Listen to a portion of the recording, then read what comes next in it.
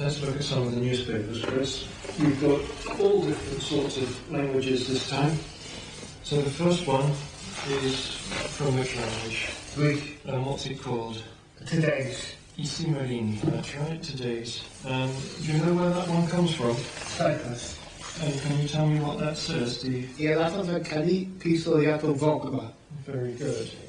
Well, this is a language that you know and that I don't know, so you'll have to translate it for me. That's Turkish. Turkish. And what's the name of the newspaper? Turkey. Günlük Siyasi Gazete. What does that mean? Daily paper. Alright, so what's this? Comienza el Congreso que quitará a guerra por control del PSOE. PSOE will take back control of the Congress which will leave together. What is this one? That's a more colourful one.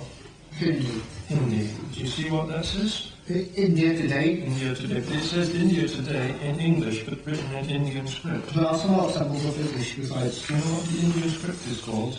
Devanagari. Devanagari. Very There good. are some more samples of English in Devanagari. Yes. Vidashi, Nakki, Nakakon, Ki, Bas, Zesachi.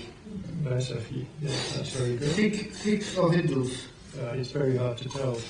This is an even better newspaper. You can tell me which country that one comes from. What's the newspaper called? The Telegraph. Do you know where that's published? Holland. Holland. And what does that say? The University wants to pay 5 of Prince Klaus. It wants to or it will? It will. Yeah, that's pretty good. He's learned many of his languages simply from reading books. Teach yourself Greek or Russian, Russian in 3 months, books of this kind. But his favoured way of learning languages is by interacting with people. So if he goes to a Chinese restaurant, he'll interact with the Chinese waiters. He's been on holiday with his sister in Mallorca and spent his time translating for German tourists between German and Spanish. And he managed to, obviously, to pick up quite a lot of German and Spanish in the process. But how was this talent discovered? His talent was first discovered when he started reading his elder sister's French textbooks at home. He could already read from the age of 3, but because he has a slight speech defect and was clearly abnormal in other ways, nobody believed that he really had this ability. Mohan sent her a letter. Okay, can you read it in Berber? Mohan is Ustabat. Very good. And this one? He killed Mohan. Right.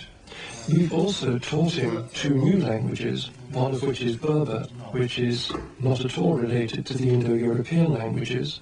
It's a North African language spoken in Morocco and other places, distantly related to Arabic.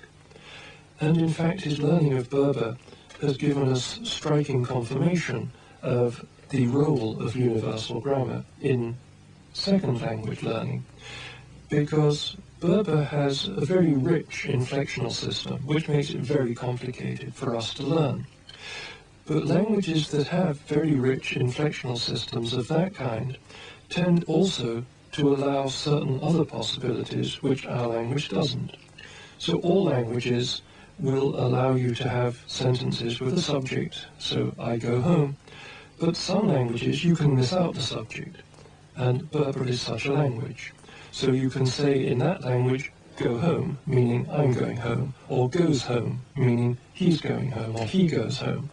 And you can't do that in English. Now, when we started teaching him Berber, we gave him no sentences at all with an empty subject, with no subject expressed. But because of the rich morphological system of the language, Christopher leapt to the conclusion that you could indeed leave the subject out. And when he translated English sentences into Berber, he spontaneously left out the subjects in exactly the same way that a Berber would.